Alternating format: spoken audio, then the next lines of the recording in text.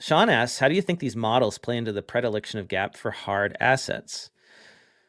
So this is regarding my argument that GAAP has not modernized. In the 70s, 60s, we had an economy, 90% of the S&P 500, the market value was rooted in intangible assets, or tangible assets, physical things like factories, inventory, I don't know, whatever else you can touch, the widgets, right? Manufacturing. That was what drove S&P 500 market value.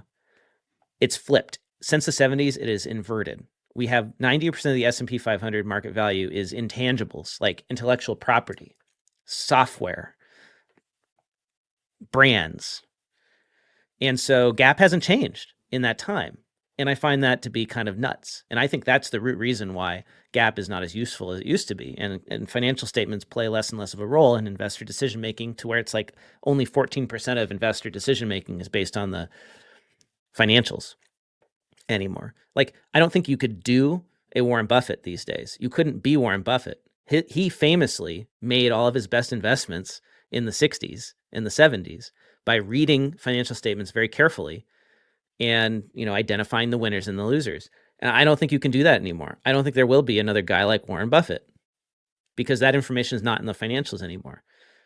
So I think the problem with, how does this relate to the, estimates problem, is that we have accounting that is really focused on putting tangible assets on the balance sheet and not putting the intangibles. We're afraid to assign value to intangible assets. Now, I don't think we should be doing estimates about intangible assets, because I don't think that would be very helpful, but I think we should just start accounting for them and giving investors information about them so that they can determine the financial value. And maybe it's a different statement. Like, there's a new statement. It could be like a one-page statement. No, a statement of like intangibles.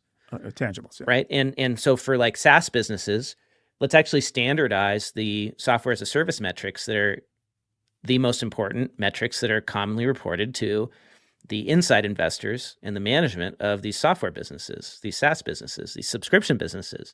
And that's all the SaaS metrics. You can go look them up. What are SaaS metrics? And cost to acquire a customer, and total number of subscribers, and lifetime value. There's no standardization of these metrics in accounting, and we don't require companies to report them. But it would be incredibly useful for your average investor to have this information to make investment decisions.